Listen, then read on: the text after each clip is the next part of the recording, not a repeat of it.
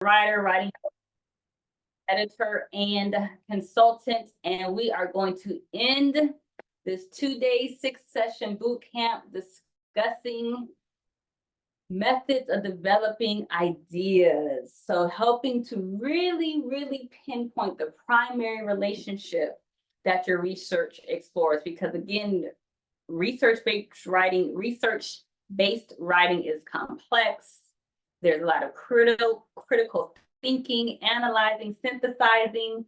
And so it's difficult to really simplify information. But as I said in one of the prior sessions yesterday, that the mark of a great academic writer is the ability to take all of this information, knowledge, research that you have gathered and to be able to present it in an understandable manner to an audience who hasn't spent the amount of time you have researching and in the scholarship. So to kick off this last session, we're going to talk about foundational structure, or not talk about, but briefly review foundational structure. Every time you write, you need a body, whether it's an email, as we talked about at the end of the last session with Mercy's question about emails and having salutations and greetings. You have an introduction, hello, Dr. such and such. You have a body that presents a detailed discussion of your ideas or your research, and then you bring the work to conclusion. So we're going to focus on the body because that's where we develop our research ideas, and we have these common organizational frameworks that we're always not conscientiously aware of. So my job in this session is just to bring those frameworks to mind so that you can be more intentional about presenting the primary method of which you're developing ideas. So I included this slide because I know many of you are in the sciences. And so I just wanted, before we delve into these various methods, to present to you some structure for scientific writing that is often followed for manuscripts and then reporting on an experiment. So again, I've cited the sources. I think the document on the left comes from University of Denver, and the document from the right comes from 10 Characteristics of Scientific Writing. So with your manuscripts, you have your introduction, you have a body, you have a literature review sometimes. So often our literature review is an academic exercise when we're in graduate school, that once you finish your programs and you're publishing for journals, you're no longer trying to prove your competence as a researcher. That is expected. And so the way you infuse or talk about scholarship is different. It's not systematically in a lit review. So you have to, again, follow the conventions of that journal when you're sometimes incorporating a lit review or not. Always discuss your methodology, your results, and then in your conclusion, you have a discussion. Then when you're reporting on an experiment, and then provide an abstract, present your method, results, discussion, and your references. So let's delve into this topic of methods of idea development. So again, this is an English disciplinary term. Any great handy handbook that you have is often going to discuss these common methods of developing your ideas. And what this does, it gives you an organizational framework for often outlining your research. So back to our writing process, you want to be sure that you do some form of pre-writing before you produce a draft to really be clear about your main idea and then outline how you're going to present the research or the information that you have. And so our most common methods of developing ideas are definition, comparison and contrast, cause and effect, process, problem and solution, analogy, and example. Really, in academic writing, I don't see a lot of the last three, the problem and solution, not that I don't see it, but often it's not the primary method of developing ideas. You will see in some of these examples that there's several methods, but you have to be clear about your primary method and make sure that you emphasize or showcase or highlight that primary method of developing ideas.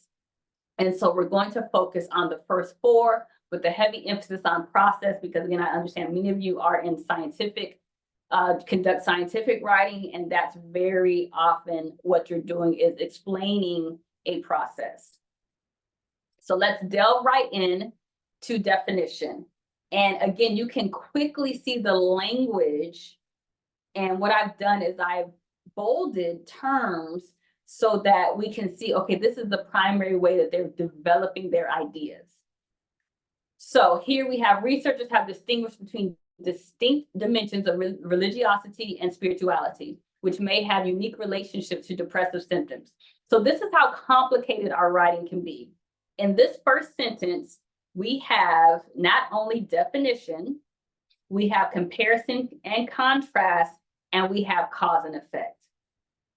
So 3 potential methods of developing their ideas. So can anyone highlight where they see the comparison and contrast and the cause and effect just in this first sentence?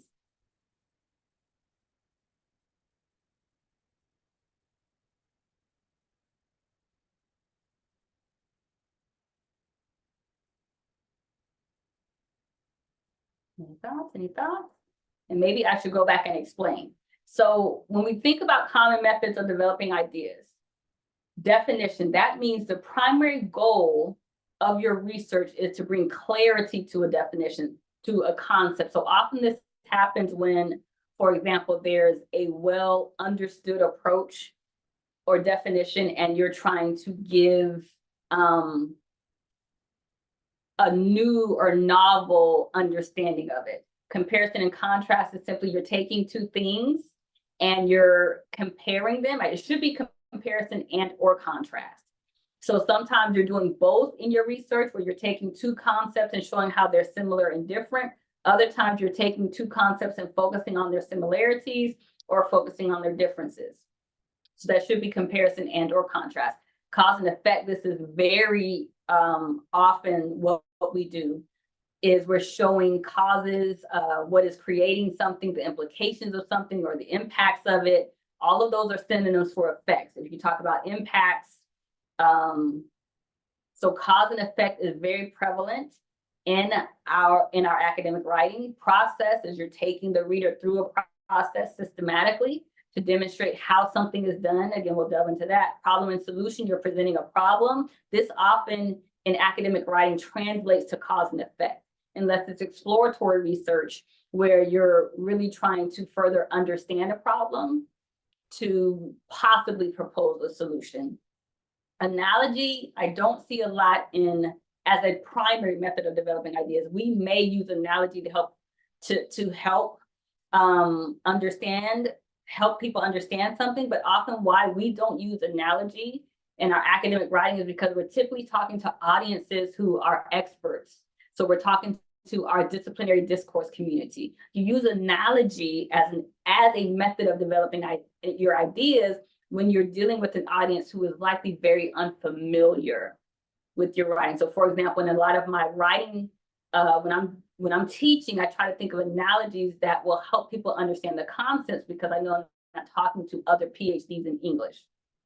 So, but when our academic writing, mostly we're not talking to those types of audiences. So you don't use extended analogies as a method of developing your idea.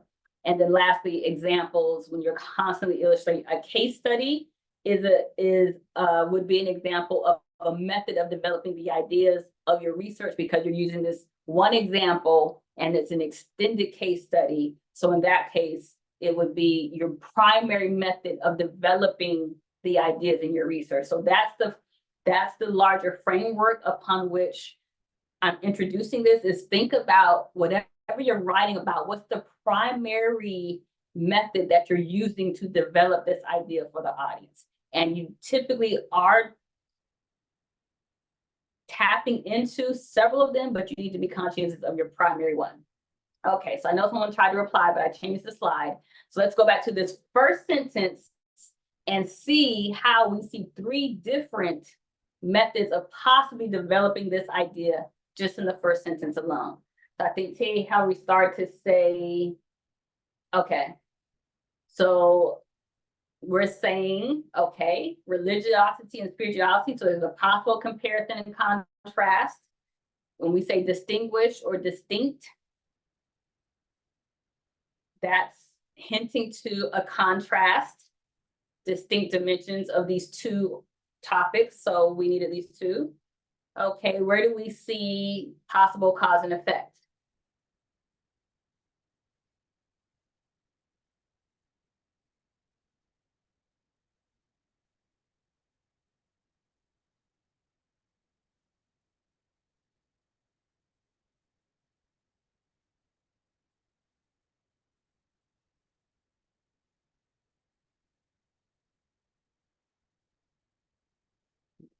Any thoughts on cause and effect just in the first sentence?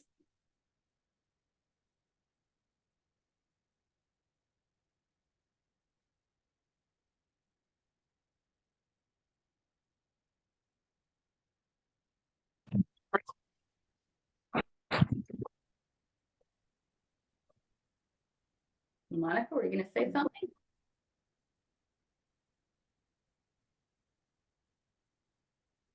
I don't know if Monica's talking. Yes, relationship to depressive symptoms. So the possible cause would be these distinct dimensions of religiosity and spirituality and how they may be related, have some type of cause or effect to depressive symptoms. And then we have definition as when we talk about distinct dimensions.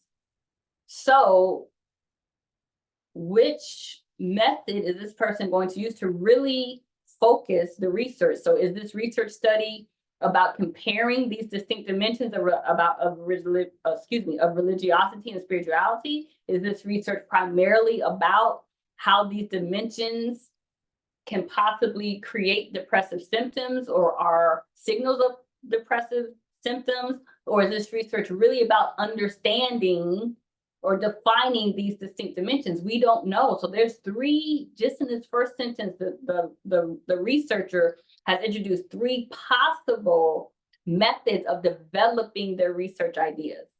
But as we continue in the paragraph, we'll see what gets clarified and what is the primary method of developing ideas. So the term religiosity has been used by researchers to denote the multiple measures of religious beliefs, importance of religion, and participation in religious activities. Again, a combination of definition and possibly effect. Then we get to the next sentence. Religious is defined as a structured system of the traditions, beliefs, and symbols designed to support closeness to the transcendent or sacred, such as God or higher truth. Moreover, now are you going back to our session from this morning to see sentence variety, transitional words? Moreover, religion is conceptualized. Most all of these so far, though, are simple sentences. They just have transitional phrases and words in them.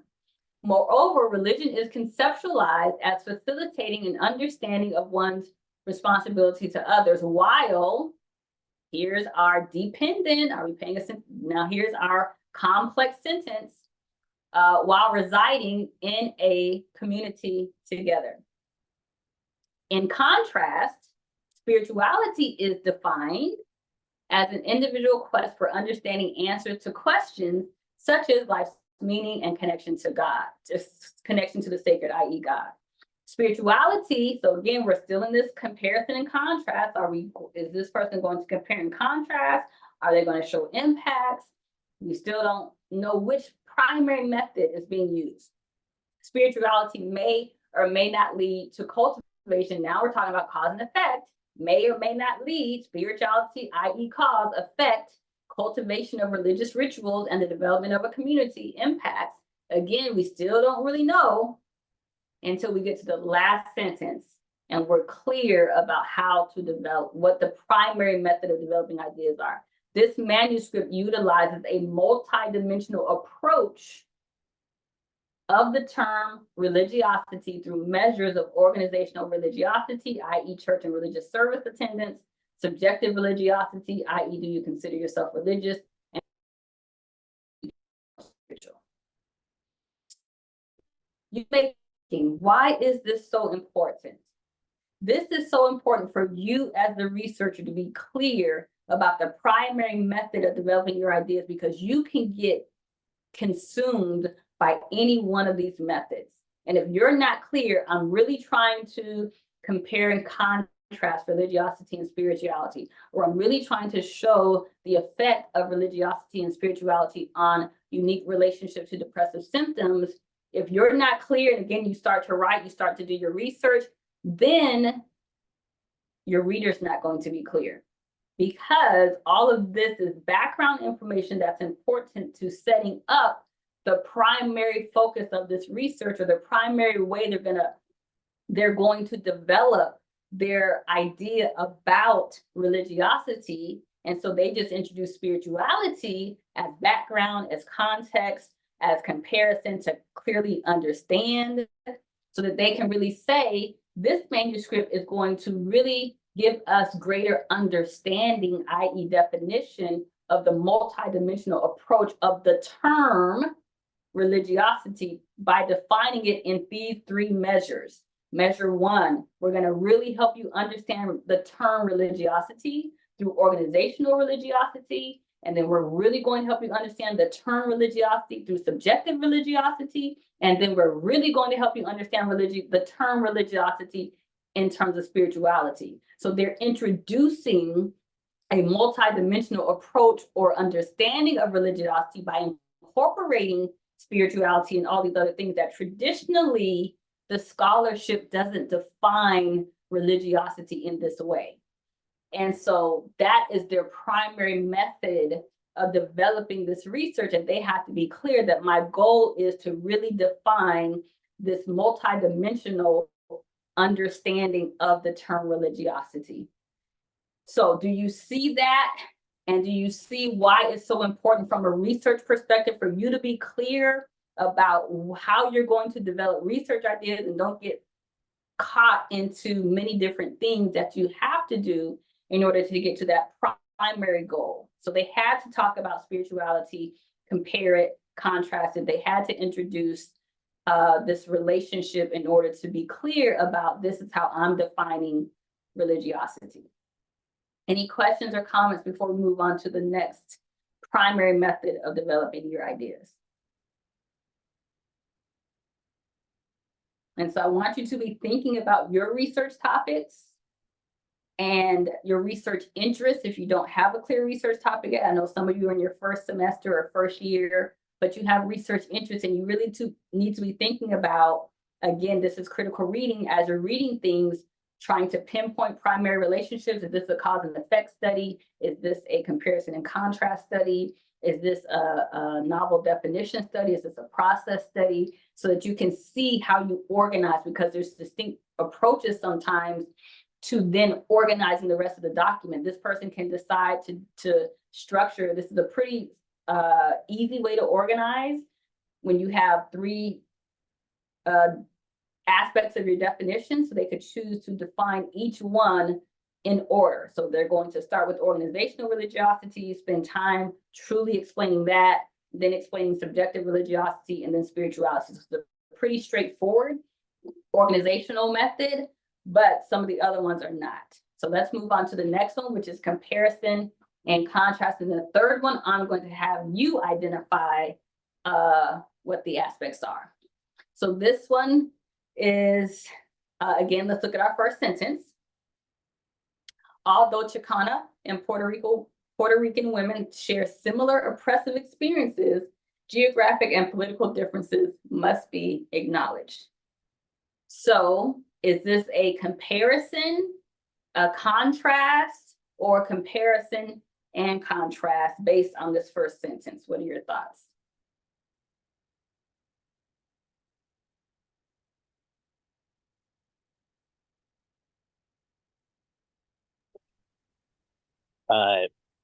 Just based upon this is Andrew, just based upon the first sentence, I feel like it's a blend of both. So when it speaks of, although Chicana and Puerto Rican women share similar oppressive experiences, it's speaking on that right there is more of a comparison. No, that's like a contrast. So they have something in similar, or they have something similar, and then geographic and political differences must be acknowledged. Now they're stepping into, how are we going to compare the differences between the two? So I think it's kind of a blend. Yep, it's definitely a blend of both. And back to sentence structure, Andrew, notice, so this would be a complex sentence. So the way they've structured this sentence, even though it has both, it seems to be that they want to focus on the geographical and political differences that must be acknowledged. Because they're saying, although this is happening, that's kind of, you know, that's the dependent, that's the lesser importance. What I really want you to focus on is the fact that these geographic and political differences must be acknowledged. So this is a subtle way in which how you construct sentences is going to help the reader or help you emphasize certain things to the reader. But yes, it's And it kind of seems as if they're trying to make the point. Just it's not necessarily black and white. There's if you dig a little bit deeper into this, there's actually a lot more differences than what the basic contrast will show you. Exactly. So it's interesting that they did the contrast first before jumping into comparison. Yep. And it's kind of a tier too. So they're not just focusing on one type of difference. Now it's geographical and political. So again, in our sentences, because our research, we don't realize how complex our research is. This one sentence is saying and doing so much that the author has to be very clear and stay focused on what they want to accomplish in this document. Okay, so let's continue on. In the United States, the Mexican population is prevalent in the West, while the Puerto Rican population has established itself primarily in the East, which serves as sufficient reason to scrutinize a possible difference in the understanding of societal functions and trends. You see how lengthy that sentence is? It's 1, 2, 3 lines, 3.5 lines, one sentence. That is one complex sentence. Most importantly, the political statuses of these two groups in the US are significantly different. Now we're saying, okay, now they're kind of switching and showing on these differences or these distinctions. So maybe it is the contrast instead of the comparison. Not showing how they're similar, but the comparison is, let's compare how they're different. So Garcia cleverly asks, what do Chicanos, Cubans, Dominicans, Puerto Ricans, Colombians, and so on have in common? How are they similar? So this person is coming back and forth.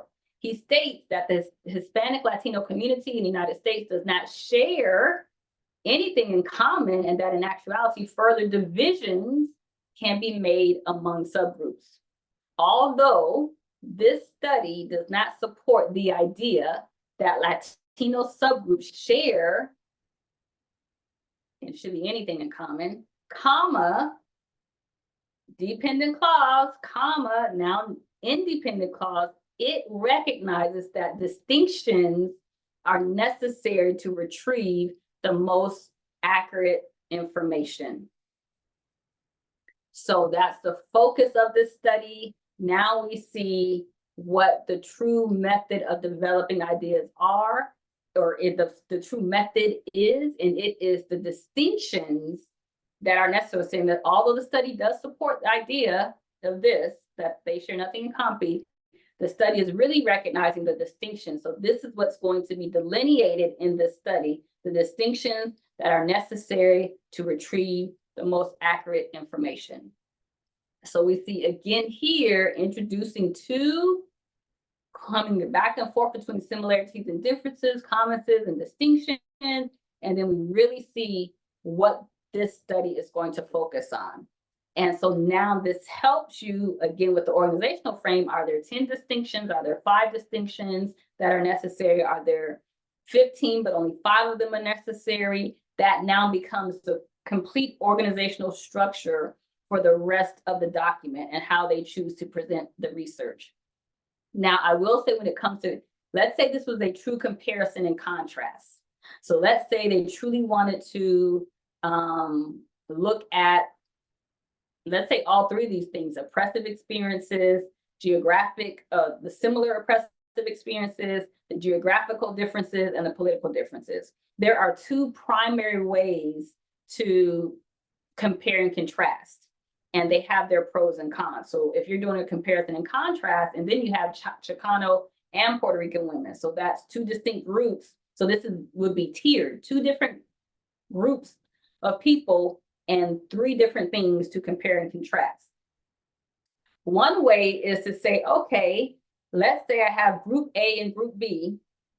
I'm going to compare and contrast. And one approach is to say, I'm going to discuss all of their similar impressive experiences first, and then I'm going to switch to the Chicano women. I'm going to focus on all their geographical things, and then their political things, and then I'm going to shift to the Puerto Rican women, and I'm going to talk about their experiences and their geographical and political. That's one way to say group A and then group B.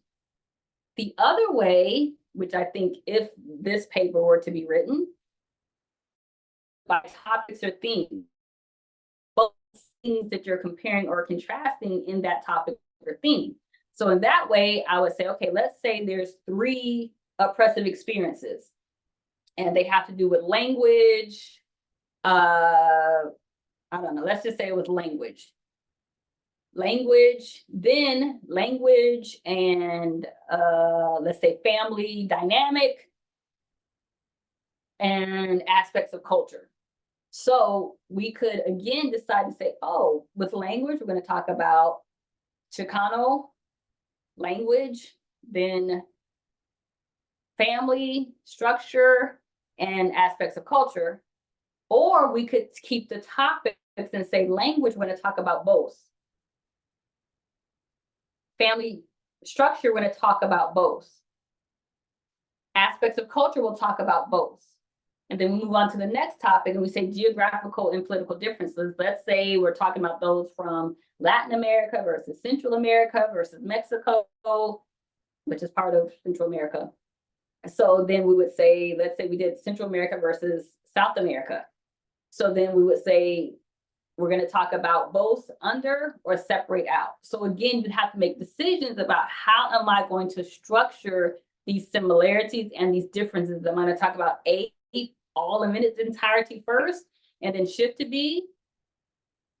There's a way to do that where if you don't have a lot, if it's not a lengthy document, talk about A first and then B. But if it's 50 pages, you don't want to talk about A for 10 and then B for 10 because the reader may forget A. It may be better to talk about both and lump them under similar and different categories. So again, once you're clear as the researcher about what primary relationship is my research exploring, I'm going to highlight that, center that, and then create my organizational structure for the body of my paragraph. Okay, let's go to cause and effect. Now in this one, I want you to identify the cause, and it could be causes, and the effect or effects. For some disciplines, I understand they don't speak and they can't determine cause and determine effects, so they might look at impacts, consequences. Again, it might be different terminology where it's not clearly cause and effect, but you get the goal. The goal is for you to be clear in this. There's only, what, 3 sentences, maybe 2, 3 sentences. What is the cause and or causes? What are the effects and or effects? So though the acupressure test is a good diagnostic tool, the subsequent developmental English program that followed is also effective in refining the English composition skill sets for students with existing composition skills foundations while winnowing out student participants who lacked an adequate foundation. 1 sentence, 1, 2, 3, 4, 5, 6, well, 5 lines. Outside variables from off campus, including work, family, or finances, may have provided distractions and impediments that partially or wholly contributed to student participants' failure to persist. No mechanism in the study's methodology was incorporated to capture information regarding student participants' failure to persist. So obviously this comes from the methodology section of the document, but let's look at that first sentence to see if we can talk about or identify, pinpoint cause and effect in this study.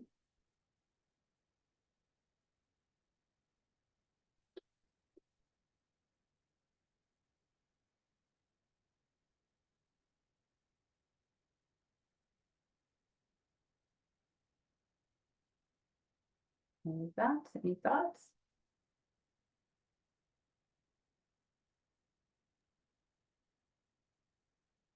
All right, I'm going to speak again. Sorry.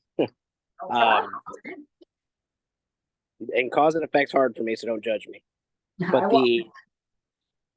so the cause is, when I read, though the acuplacer test is a good diagnostic tool, my feelings are that's their cause of something that they were actually using, and then an effect that they didn't actually expect to happen was a subsequent developmental English program that followed. It's also effective in refining the English composition skill sets for students with existing composition skills. So, long story short, I feel as if what they're describing is they didn't expect the effect to be what it actually was. So it was they had their idea of what it was supposed to be, but then when they used the word subsequent, I mean, that's your effect based upon your cause. So the cause would have been the actual test, and then the effect would be the 4 sentences coming after that. Correct. Great job. And it's actually a tiered, so I pinpointed it. You have one acuplacer test, that's a diagnostic tool, cause, that has unexpected. Okay, then it's trying to place in a subsequent developmental English program. Now you're getting a tiered effect. So now the subsequent, which is the key word, to affect subsequent. So place, the diagnostic tool, which is the acuplacer test, the subsequent developmental English program that followed is also effective. Now we're looking at another effect in doing what? Number one, refining English composition skill sets for students with existing composition skills while weeding out or winnowing out. So you see the tier, this is how complicated research gets very quickly. You have subsequent effects of that cause, which was created by that, or the effect. Now the effect becomes a cause. So we have the test becoming an effect, and then the program becoming, that was an effect of the cause, becoming a cause of 2 more effects, which is refining English composition skill sets for students with existing skills foundations while weeding out student participants who lacked adequate foundation. So how do you decide to structure that? What is my true cause and effect that I want to focus on? So was my original study intended to look at this acuplacer test as a diagnostic tool, and then some of my surprise findings were these second tier level effects? Well, how do I write about that? According to how we write about research, you stay focused on what your research question was. And if it was focused simply on this diagnostic tool and the impact of that, you don't talk about the other effects until maybe your discussion where you talk about unexpected or surprise results. So this is why it's very important for you to stay focused as a researcher, because there will be surprise results. There will be unexpected things that you that are uncovered through the research that you do. But what was your primary relationship? Was it cause and effect? Was it comparison and contrast? Were you trying to come up with, or were you presenting a new definition that is complicated and multifaceted? Are you introducing a process that needs to be better understood? And so that's what you'll get into. And so great job, Andrew. Thank you for volunteering, because you hit it right on what the cause and effect is, and then a secondary one. And then if we go on to read outside variables from campus, so we don't know, again, these are probably some causes, including work, family, finances may have provided effect, distractions, and impediments. Cause, effect, these off-campus variables. Distracted, created impediments that partially or wholly contributed. Another cause, contributed to student participants' effect, the noun cause, affect student participants' failure to persist or remain. However, no mechanism in this study. So again, back to your point, Andrew, this is beyond what the study was intended to do. This was a surprise finding, but no mechanism in the study's methodology was incorporated to capture information regarding student participants' failure to persist. So again, it's letting us know this wasn't even something we intended we didn't expect this result or this effect. It surfaced, but we don't have a mechanism to capture it. So again, that's beyond the scope of this particular study, but they're noting it. May I ask a question, then I'll shut up? Of course. So the whole thing on there, even when you're writing in general, and this isn't necessarily on cause and effect. So outside variables from off campus, including work, family, or finances, may have provided distractions and impediments that partially or wholly blah, blah, blah. If I feel like, here's my question. That's very opinion based. So before their first part of this paragraph, they're speaking about like bottom line, hey, this we actually tested for, and then this was, you know, I mean, it's almost scientific. So it's almost like, well, why even put that in there, especially since you're trying to defend yourself at the end by saying, oh, hey, by the way, the point I just made is kind of irrelevant because no mechanism in the study of mythology was even incorporated. So why even say it? And here's my question, like, because I've put myself in that situation before, and what I end up doing is I take something that's like right there. Let's say that I'm trying to make an argument for something. It's like, okay, well, we just had scientific results. Why in the same paragraph am I going to start almost like letting the reader lose doubt in me? Because if either I recognize something that's important enough to actually do the mechanism or it's not. So like, is it better to include stuff like that so that we can have a broad scope, or should I just, because my instincts tell me like, why even bring something up unless you can prove it? Excellent question. So to your point, there is a reason to bring it up, but to your point, this is not the place or the space to bring it up. So what I would have recommended, and then this is speculation. So what I would speculate, but this is what I often see. There are results that are so significant that you can't ignore them, but your study, number one, you didn't expect that result. And you don't, you're, again, as a researcher, you're making an informed, you said may have provided. I can't prove it because, again, I didn't go into this study expecting this result, expecting this to come up, but it did come up, and it came up so regularly that I can't ignore it. So that's why in your organization, there typically is the results or the findings section, and then there's the discussion section. This would be a place for discussion, not, as you said, when I'm reporting what my study was actually designed to do. So let me stay true or focus on reporting my results based on my research question, my instruments, what I am confident about reporting on. That's result section. In a dissertation or thesis, that's your chapter 4, findings, results. This is what I set out to do. Here was the question. Here were the findings. Now, in my discussion session, that's where now my voice can come back in as a researcher. Surprise findings can come out, interesting things that came out, and why I would introduce it there is because this is possibly an area of future research. Because typically in our discussion, we talk about opportunities for future studies. We talk about limitations and delimitations. So you could introduce it there where you say, you know, a limitation of the study is we didn't factor in, outside variables. However, maybe this kept coming up in some surveys or interviews where the students kept talking about, oh, my family obligations, my work obligations, so it kept coming up, but these outside variables weren't a focus of our study. So since this came up organically, this could point to the need to do a future study that focuses or incorporates or includes outside variables and a mechanism by which to capture the reasons students don't persist outside of this placement test, but these variables that we don't even have control over. That makes sense. Mm-hmm. Yeah. And it also kind of, if a person's reading this, because as you stated before, we're supposed to be writing for our peers, et cetera, at this level. If a man was smart, he'd go in there and he'd be like, all right, cool. Now I've got something that I can, I can borrow it or steal it, if you will, and just, all right, well, if you've already done some legwork, there might actually be something there. And what do we call it when you said the beginning of writing, where it's like a proposition, or when we're like, I can't remember what it was that you said, yeah, well, it was basically I'm taking something to a professor and I'm saying, this is what I want to write about. And then you have to take it to 4 different people.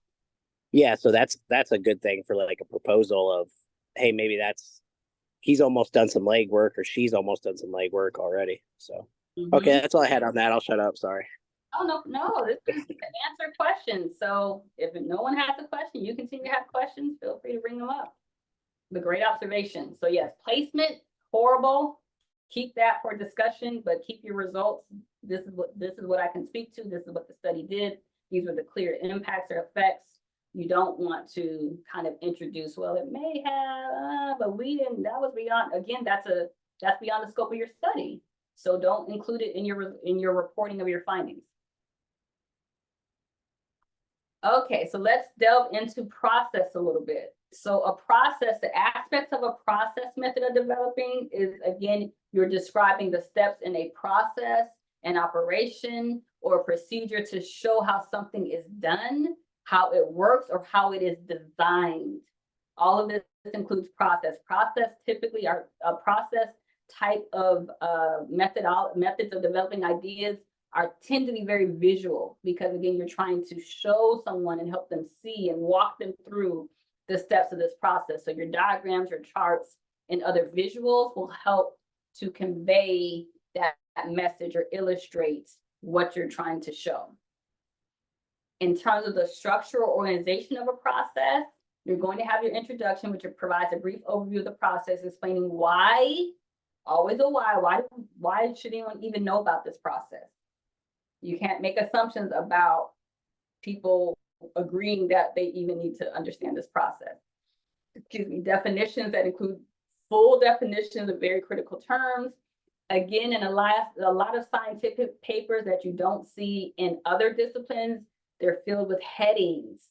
And those headings kind of serve as the guide marks or the transitions to different parts of the paper. So in this instance, from one step in the process to the next, and then you have also within the headings or throughout the headings, the body, which explains the steps in the process in detail, providing, again, visuals to help the reader follow the steps and understand aspects of the process. So that's very much a process. And then other scientific methods of developing your ideas that, again, just be clear, this is not all encompassing, but these are some common methods of developing ideas that provide an organizational structure that you can go and research and learn more about how to structure a division and classification, similar to comparison and contrast, but again, you can be dividing and classifying, dividing or classifying. So you get to decide what is the primary focus of this research. So this is useful to describe physical objects or structures that have component parts.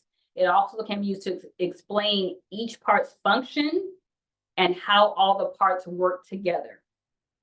In a spatial method of developing ideas, again, very visual, describes the physical appearance of an object from top to bottom, inside to out, front to back, or etc.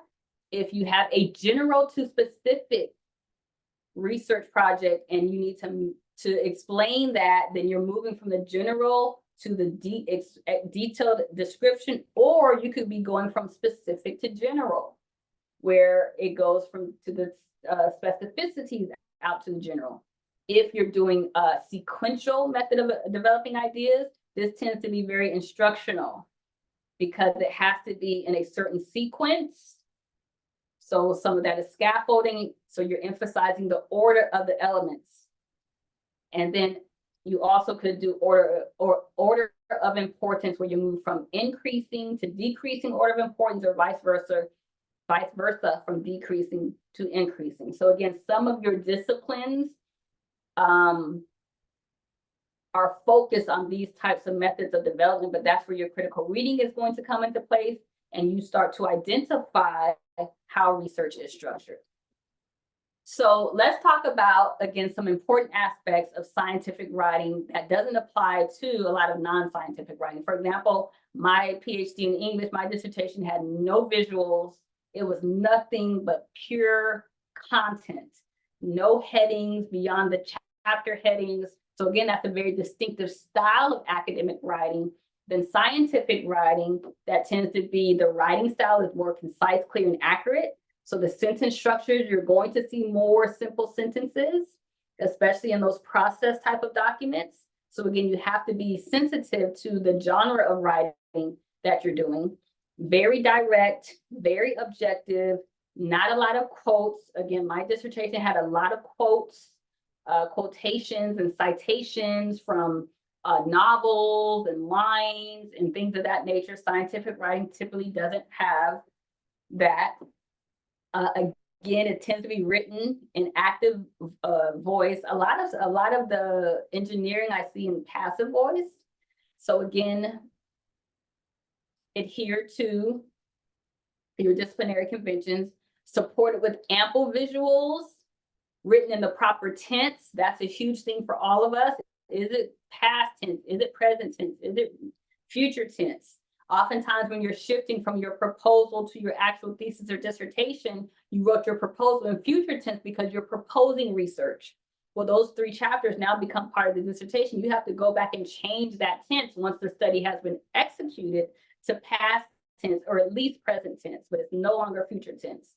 Again, simple sentences. So building off of the last session, a lot of scientific writing does use very simplistic sentence structure and doesn't get into our complex, compound, and complex sentences. Again, a lot of abbreviations tend to be embedded into scientific writing. So the proper efficient use of those abbreviations for your audience, and then proper formatting of technical terms, names. So that's our methods of developing ideas with the focus on scientific writing. So we have a little time. Unlike the last session we went over, we have about, 10 minutes. Any final questions about methods of developing ideas, writing in general, that were not covered in these last 2 days that you would like to ask as we close out? I have a question. Do you have like any tips or like any ways that you find that's easier? Because I know that I tend to switch like my tense when I am writing. Like I'll go back and forth between like past and present. And of course it's not intentional, but do you have like any tips or anything that you use? Yes, I do. So first of all, I wouldn't worry about that when I'm drafting, but continue to write as you write. Now, when you go back to revise, you don't even necessarily have to focus on it at the revision stage, our content revision. Now, when you go to that last final line edit, number one, it is sometimes unavoidable to switch tenses. So even when I'm editing documents, what I'll do is at least, my goal is for an entire section to be in the same tense. If I can't get an entire section in the same tense, then at least the paragraph. So sometimes there'll be a shift from one paragraph to the next. It's unavoidable. Sometimes within the same paragraph, there's one sentence and it just cannot be changed. So that, number one, realize that sometimes it is nearly impossible to do with our academic writing, because some of the information you can do is you can write about past tense and present tense. So with a lot of the dissertations that I edit, even though the study has been done in past tense, I'll put everything in present tense for consistency's sake, because some other things are in present tense. And so it's just making a decision. Am I going to make everything past, everything present, and then talk about that? So think about, for example, you're talking about your findings section, right? And you're saying the study concluded in their work, but then you reference somebody that's a recent scholarship and you put it in present tense. Now you have to make a decision. Am I going to put this very present research or article in past tense? Or am I going to speak about my study in present tense? So instead of saying the study concluded, I'll change it to the study concludes. To keep the tense, sometimes, Kiera, it's just a matter of looking at how many sentences are in past and present in this paragraph. And since most of them are in past, I'm just going to switch that one sentence to past tense. Okay, thank you. You're welcome.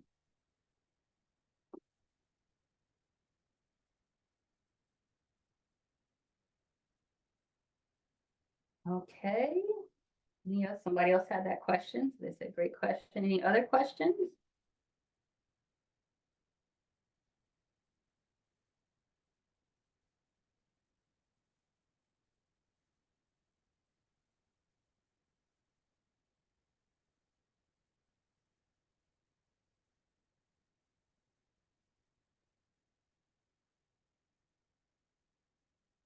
Okay, well, I think a great way to end our 2-day boot camp is we don't talk about feelings a lot in academia, but I think it's important that we talk about how we're feeling and not how we're thinking as we're starting a new semester, a new year. Some people may be feeling anxious, apprehensive, overwhelmed, empowered, motivated. How are you feeling as you end this boot camp to be able to move forward and start or continue with your classes? What's one word to describe the space that you are in right now?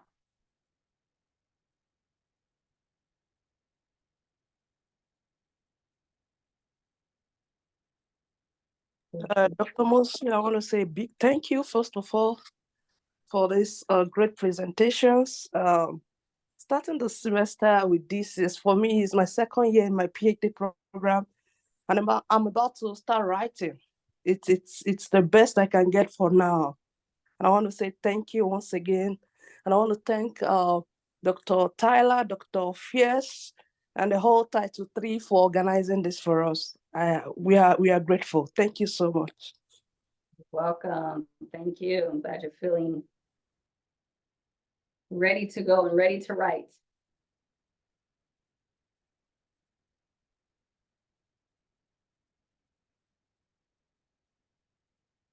Okay, let's see. Agree with Mercy, empowered. I see excited. I see positive, prepared, grounded. Great. So all you have to do is apply. Apply the information, continue. I think Stephanie said that the recordings will be available. So if you missed them, I know she's going to be following up via email to provide links. There's also some handouts. Complete those handouts that'll help you reflect on some of the things that we discussed. And just continue to invest in yourself, to attend these types of opportunities, to buy resources that will help you. Again, we have more workshops on our website. I think Renee talked about conciseness. My second book is on conciseness, not available yet, but it's coming. So this conciseness is literally 50 ways to eliminate wordiness in your writing. And so this will be available next month. I kind of wrote it in a devotional format. So every day you can focus on something and build your strategies. And it has exercises. And so you get to apply to make sure you're comprehending all of the strategies that are applying. So it's divided into 3 sections. At the end of each section, there are exercises so that you can make sure that you have them. So last question. How many of you all are writers? Raise your hands if you are a writer. Everybody's hand should be going up. You are all writers. I am, that's right. Raise your hands, you are writers. Yes, writers, writers, writers. How many writers on this session? Yes, you are all writers. So I never want you to think or to say, I am not a writer. You are a writer. You're becoming a more equipped writer, a stronger writer, a more concise writer, a more confident writer, a more positive writer, a more empowered writer, a more grounded writer, a more excited writer. This is a journey. I still am learning, and I have a PhD in English. I'm still learning things about the English language. I look back at everything I write and say, I could have written it better. I could have said something better. I could have used a different word. So embrace the journey and the process of becoming a better writer. I don't have anything else. If no one else has anything, I've given you all the